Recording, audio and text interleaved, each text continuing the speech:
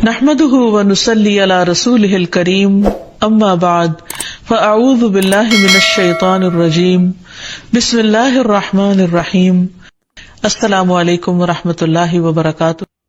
اچھا، اسی میں ایک مسئلہ جو بارہا پوچھا گیا ہے بالوں کو رنگنے کا ہے، اس پہ بھی ذرا سی بات کر لیتے ہیں، کیونکہ یہ بھی مصنوعی رنگ ہے نا۔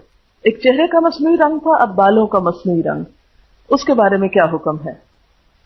کہا جاتا ہے کہ یہود و نصارہ جو تھے وہ خضاب کی مخالفت کرتے تھے۔ اس کو خضاب بولتے ہیں جو مرد استعمال کرتے ہیں، اردو میں کیا کہتے ہیں؟ خضاب، کلر ڈائی، ٹھیک ہے۔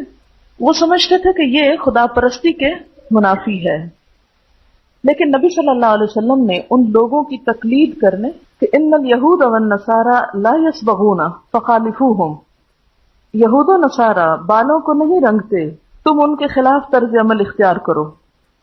لیکن اس کی بھی کچھ لمٹس ہیں۔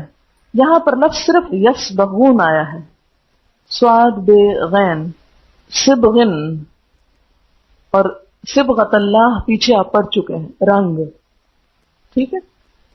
اب یہ کہ کون سا رنگ، کیسا رنگ، کیا اپنے ہی بالوں جیسا رنگ یا اپنے بالوں کو کوئی اور رنگ، جیسے ویسٹ میں اب نیلے پیلے رنگ بھی بالوں کو کر کے پنک جو بنتے ہیں، یعنی اگر حدیث میں رنگنے کی اجازت ملتی ہے تو کون سا رنگ رنگنے کی، کیونکہ کچھ اور حدیث میں اس کو ریسٹرکٹ کیا گیا ہے۔ تو اس کے بارے میں جو پسندیدہ رنگ ہے جس کے لگانے میں کوئی بھی اختلاف یا ممانعت نہیں، وہ مہندی کا رنگ ہے، کیونکہ مہندی کا رنگ ایک نیچرل رنگ ہے، اور جب لگایا جاتا ہے تو پتہ چل جاتا ہے کہ یہ مہندی لگی ہوئی ہے۔ اگر کسی کے بال سفید ہو چکے ہیں تو مہندی کا اپنا ایک رنگ ہے۔ حضرت عمر کے بارے میں ملتا ہے کہ وہ مہندی سے ہی اپنے بالوں کو رنگا کرتے تھے۔ بالکل سیاہ رنگ کا خضاب یا کلر ڈائی کرنے سے منع کیا گیا ہے۔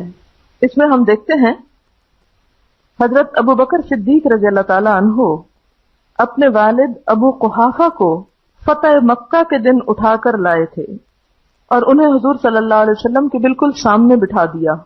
آپ نے یہ دیکھ کر کہ ان کے سر کے بال بالکل سفید ہو گئے ہیں فرمایا غیروا ھذا وجنبوہ السواد، ان بالوں کا رنگ بدل دو، یعنی بالکل سفید ہو گئے، رنگ بدل دو، لیکن سیاہ خضاب سے پرہیز کرو۔ کیوں؟ اس لیے کہ جب انسان کے خد و خال بدلنے لگتے ہیں، انسان بالکل بھورا ہو چکا ہے اور بال بالکل سیاہ ہیں، تو وہ کیا لگے گا؟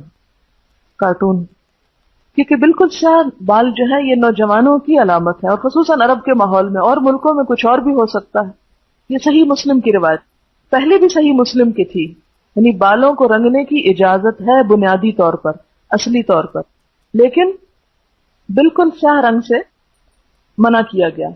امام زہری فرماتے ہیں جب تک ہمارا چہرہ تر و تازہ تھا ہم سیاہ رنگ استعمال کرتے تھے، یعنی نوجوانوں کو پھر بھی اجازت ہے کیونکہ وہ ان کی جوانی کی علامت ہے۔